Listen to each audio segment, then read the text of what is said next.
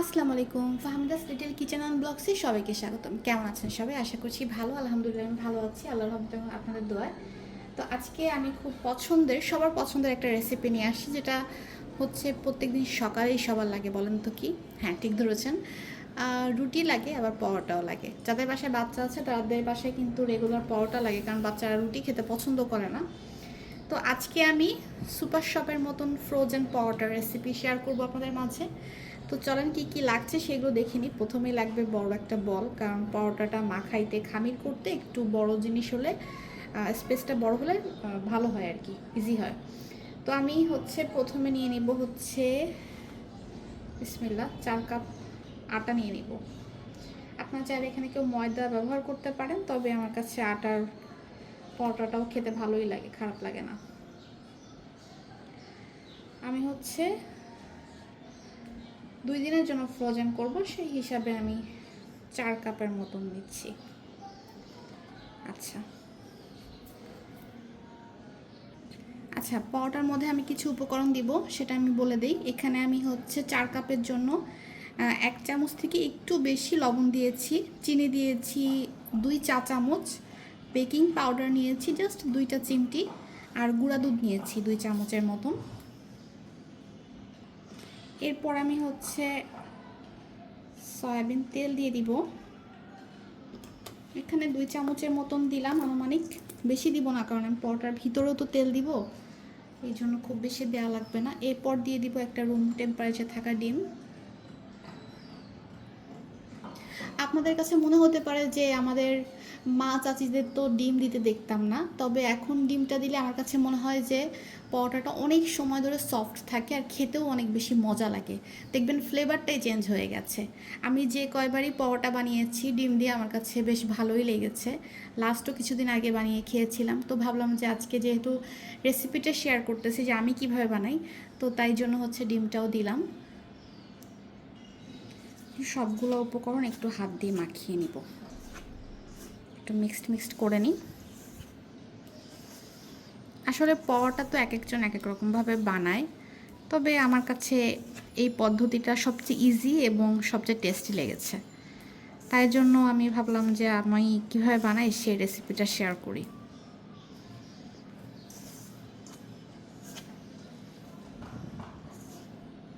মোটামুটি মিক্সড করা হয়ে গেছে। যখন দেখবেন যে এরকম চাপ দিলে জিনিসটা এরকম হয়ে থাকে, তখন মনে করবেন যে মোটামুটি মিক্সড করা আমার কমপ্লিট।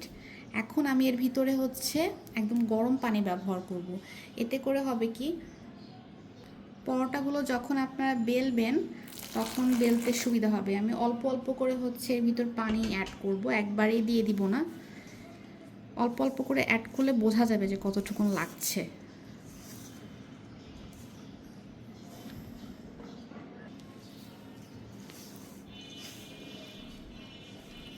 এখানে আমি অলরেডি 4 কাপ আটার জন্য আমি এখানে 1.5 কাপের মতন গরম পানি অলরেডি ব্যবহার করেছি। আমার মনে হচ্ছে আর একটু লাগবে, কারণ পরোটার ডো হইতে হবে একদম সফট।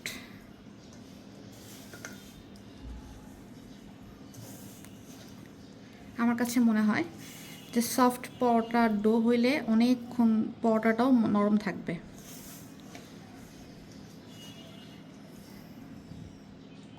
মোটামুটি সফট একটা ডো আমার মাখানো হয়ে গেছে, যে দেখেন কতটা সফট হয়েছে। তো এটাকে আমি পুরো আধা ঘন্টার জন্য রেস্টে রেখে দিব। যদি সময় থাকে পুরো 1 ঘন্টায় রেখে দিবেন। এতে করে পরোটাটা যখন আপনি বেলবেন তখন খুব ইজিলি এটা বেলা যাবে। তো ঠিক আছে, আমি এটা রেস্টে রেখে দিব এখন। মোটামুটি পরোটার ডোটা আমার অনেকটা টাইম রেস্টে রাখা হয়ে গেছে। এখন আমি এর ভিতর থেকে লেচি কেটে নেব, যে আমি কতগুলো পরোটা বানাবো। তো পরোটার ডোটা একটু বেশিই নিতে হয়।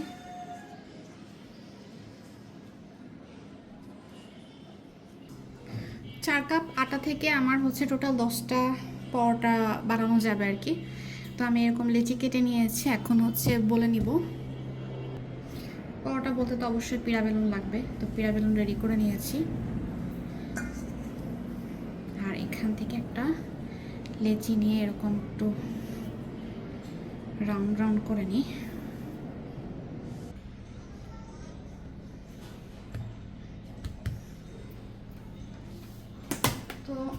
হচ্ছে প্রথমে একটু ময়দা দিয়ে বলে নিব।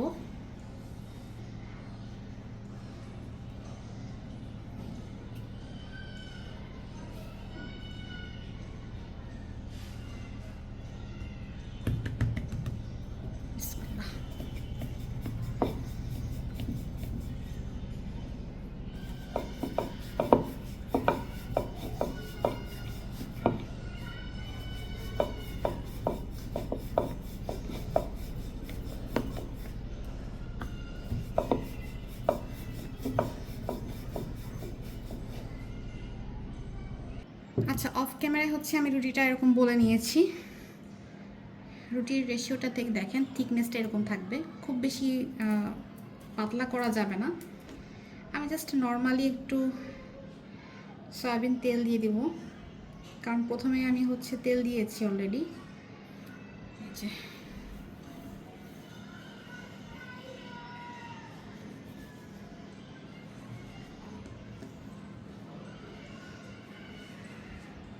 এরকম চারি সাইড দিয়ে মাখিয়ে নেব। এরকম ভালো করে তেল মাখিয়ে নিয়ে লেয়ার লেয়ার একদম খুলে আসবে, আর খেতেও কিন্তু অনেক মজা লাগবে। আমি আমার ছোটবেলার পছন্দের চৌকো পরোটা বানাবো। আমি জানি আমার ভাইয়াপুরা আমার থেকেও অনেক ভালো পারে, তবে শেয়ার করছি আর কি, যেহেতু রেসিপিটা শেয়ার করছি তাই। এই যে এভাবে করে চৌকো করে আমি রেখে দিব।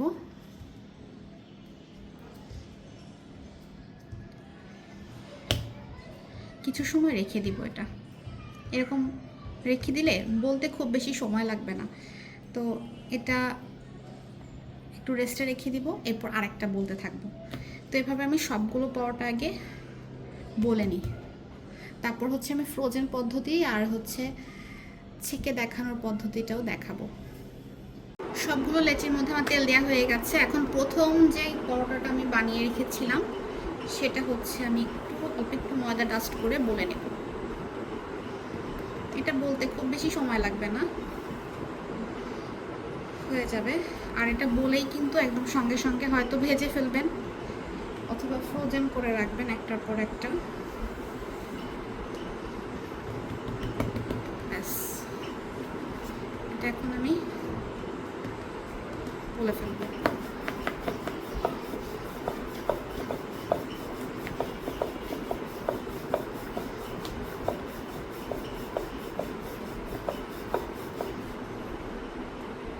এই যে চৌকো পরোটা আমার বানানো হয়ে গেছে, এখন এটা জাস্ট গরম গরম সেঁকে নিতে হবে। তো এভাবেই আমি সবগুলো পরোটাটা বানিয়ে তারপর ফ্রোজেন পদ্ধতিতে ফেরত আসছি। হচ্ছে দুইটা পদ্ধতিতে গরম ফ্রোজেন করব। একটা হচ্ছে হালকা একটু সেঁকে নিব, আর একটা হচ্ছে কাঁচা রাখবো। জাস্ট কয়েকটা সেকেন্ড, হয়ে গেছে।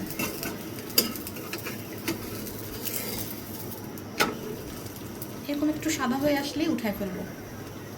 হয়ে গেছে, এরকমভাবে সেঁকে নিব প্রত্যেকটা। আর একটা একটু সেঁকে দেখাচ্ছি, জাস্ট অল্প কিছু সময়, 1-2 সেকেন্ড রাখলেই হয়ে যাবে।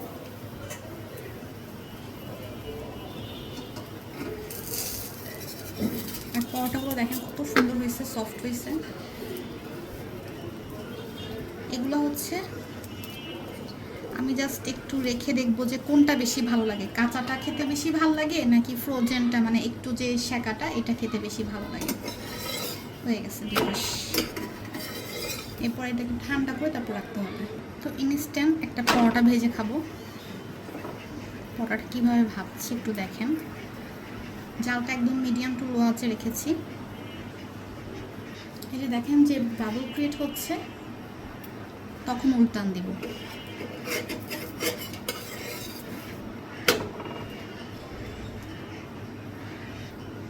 আপনারা চাইলে কেউ তেল, ঘি, বাটার, ডালডা যা মন চায় তা দিয়ে ভাজবেন, কোনো সমস্যা নেই। দেখেন কত সুন্দর বালিশের মতো ফুলতেছে।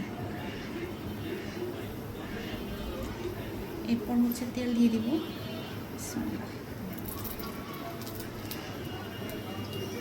একটু সময় নিয়ে হালকা করে আঁচে ভাজতে হবে।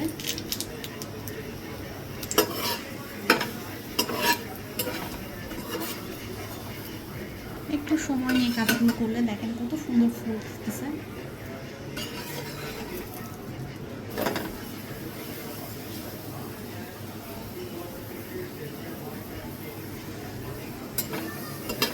আর বেশি তেল দিব না, কারণ এর মধ্যে তেল অলরেডি দেওয়া আছে। এখন আস্তে আস্তে ভেজে নিব।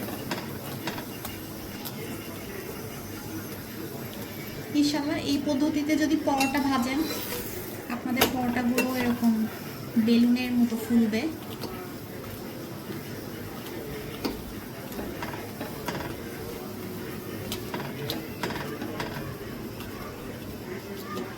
আমার কাছে আবার একটু ক্রিস্পি, একটু পোড়া পোড়া টাইপের পরোটা বেশি ভালো লাগে, কেন জানি।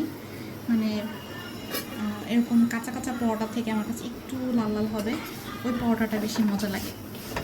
আর পরোটা তো নর্মালি হচ্ছে গরুর মাংস, তারপর হচ্ছে আলু ভাজা, মিষ্টি সব কিছু দিয়ে অনেক ভালো লাগে, চা।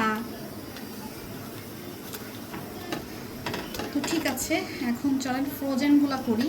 ফ্রোজেন কীভাবে করছি সেটাও দেখাবো। আচ্ছা, পরোটাটা আমি এখন ইনস্ট্যান্ট ছেঁকে নেব। এখানে তাও আমি গরম করে নিয়েছি, আর রুটিটা দিয়ে গরম তাওয়ার মধ্যে দিয়ে দিব।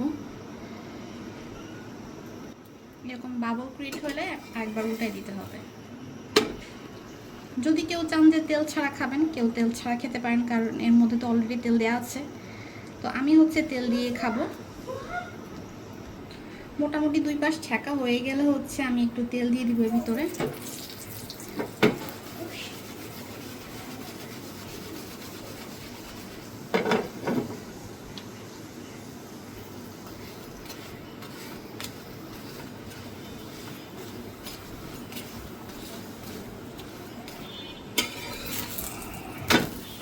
এখন লাল লাল করে ভেজে নেব, মচমচে করে।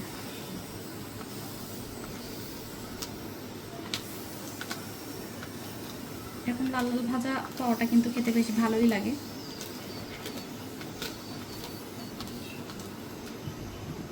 আমি হচ্ছে, আপনি তো দেখতে পেয়েছেন, 2টা পরোটা হচ্ছে আমি জাস্ট একটু হালকা করে সেঁকে নিয়েছি। সেঁকে বলতে জাস্ট 2 সাইডে, আপনি তো দেখতে পেলেন ভিডিওতে আমি কিভাবে করেছি। একটু জাস্ট ছ্যাঁকা দিয়েছি, যে দেখেন একটু কাঁচা কাঁচা। তো এটা ঠান্ডা হয়ে গেছে। আর কিছু পরোটা আমি কীভাবে রাখছি একটু দেখাই। এটা একটু পরীক্ষামূলক যে কোনটা বেশি বেটার থাকে। তো এখানে আমি যে পরোটাগুলো বলছি, কাঁচা পরোটা, এটা কিন্তু সেঁকি নেই।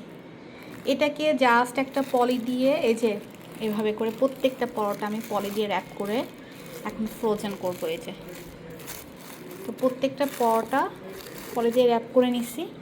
এখন এটার উপর দিয়ে আরেকটা পলি দিয়ে দিব। আমার কাছে হচ্ছে এই যে ফ্রোজেনের যে পলিগুলো, ওগুলো নাই, তো যার কারণে এখন যা আছে তাই দিয়ে হচ্ছে কাজ চালাই নিলাম।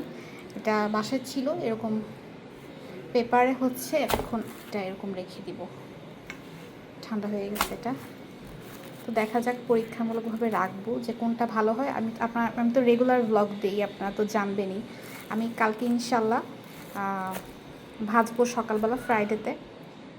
তখন দেখা যাবে যে কোনটা বেশি ভালো রেজাল্ট দিছে, এটা খেতে মজা নাকি নিচের কাঁচাটা খেতে বেশি ভালো লাগে। তো ঠিক আছে, আই হোপ আপনাদের কাছে বুঝতে সুবিধা হয়েছে যে আমি কিভাবে একদম ডিটেলে আনকাট ভিডিওটা রাখছি, আর একদম র ভিডিও রাখারই ট্রাই করছি। আর প্রত্যেকটাই দেখাইছি যে কিভাবে আমি ফ্রোজেন করছি, কিভাবে আমি ফোল্ড করছি, আর তেল টেল দিয়ে। তো আজকের রেসিপিটা কেমন লাগলো অবশ্যই জানাবেন কমেন্ট সেকশানে। ভালো লাগলে একটা লাইক কমেন্ট করতে পারেন। এই তো, আজকের মতন বিদায় নিই। আল্লাহ হাফেজ।